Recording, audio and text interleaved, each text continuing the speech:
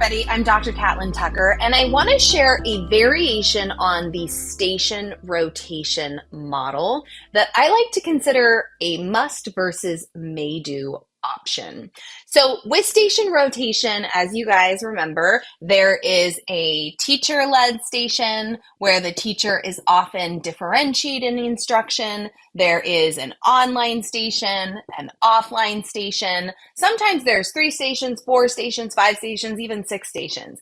In a must-do versus may-do station rotation, the idea is that teachers are using data strategically to identify what concepts, what skills, what vocabulary are students still struggling with, and then designing a station rotation so that students who need more time, say, in a teacher-led instructional session, have that opportunity. While there's also other stations designed to help them work with vocabulary or work with specific skills and strategies and processes, getting additional support from their peers, some additional practice. This is often the may-do versus must-do version of a station rotation is really great for getting kids ready for an assessment where you know that there are some gaps to be filled, there's some additional practice that needs to be had in order for students to be confident tackling that assessment. So in a traditional station rotation, you don't have a ton of stations, but in a must-do versus may-do,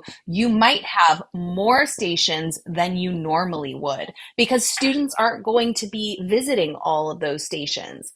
So the teacher-led, let's just say we're working in a 60-minute class period. We have to factor in transitions because we know students can take a little bit of time to get from one station to another. So let's say they're going to do 3 stations at 18 minutes apiece. So the teacher is going to use formative assessment data to identify what are some of the big areas of need in this class. So in their first teacher-led station in rotation 1, they might focus on one topic, one concept, or one skill.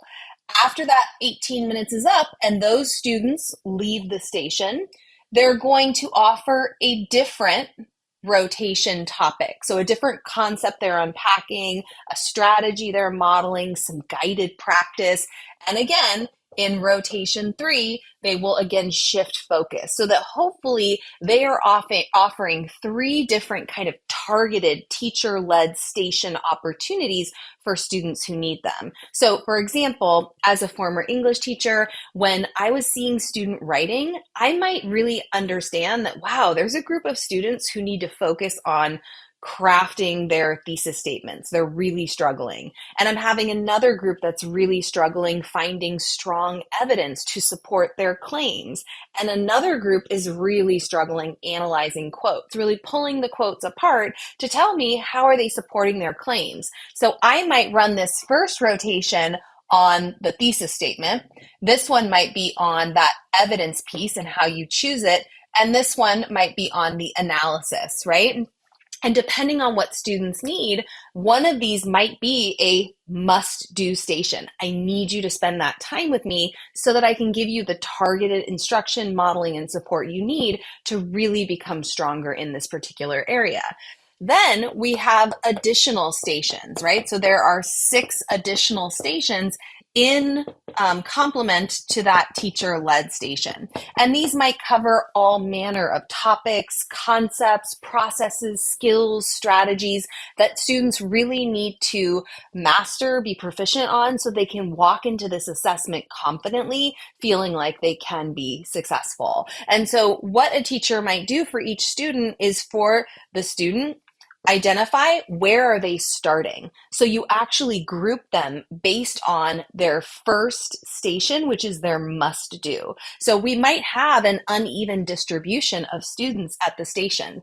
So there might be somewhere in the neighborhood of 6 or even 8 students at the teacher-led for this first instructional session on thesis statements. You might have 4 students at station 2, 4 students at station 3. So it's not going to be an even distribution, the goal is for students to start at their must-do station.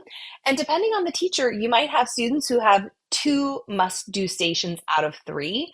And then once they've completed their must-do station or stations, then they can decide which of these other stations do I want to spend time at because I think it's going to be really valuable, or I'm feeling a little shaky in response or in relation to this particular topic or skill. I want some time to review, practice, have a conversation with a classmate, maybe lean on a peer for support in order to develop my conceptual knowledge and my skill set in advance of some form of assessment. So the may do, must do is a really nice way to build student agency into a station rotation and really value that they might have some meaningful ideas about where they think their time is best spent in this lesson.